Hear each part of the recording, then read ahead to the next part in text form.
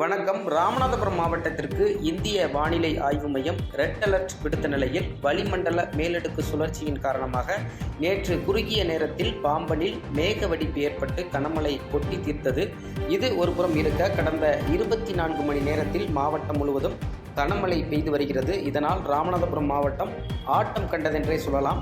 தொடர் கனமழையால் ராமநாதபுரம் அரசு மருத்துவக் கல்லூரி மருத்துவமனையில் முழங்கால் அளவு தண்ணீர் தேங்கியுள்ளது.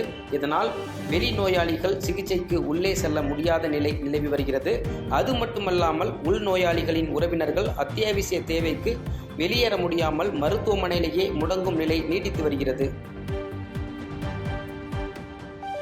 பாதகம் செய்பவரை கண்டால் நாம் பயங்கொள்ளலாகாது பாப்பா, மோதி மிதித்து விடு பாப்பா, அவர் முகத்தில் உமிழ்ந்து விடு பாப்பா. அண்மை செய்திகளை உடனுக்குடன் தெரிந்து கொள்ள இணைந்திருங்கள் இயம்நாடு தொலைக்காட்சியுடன்.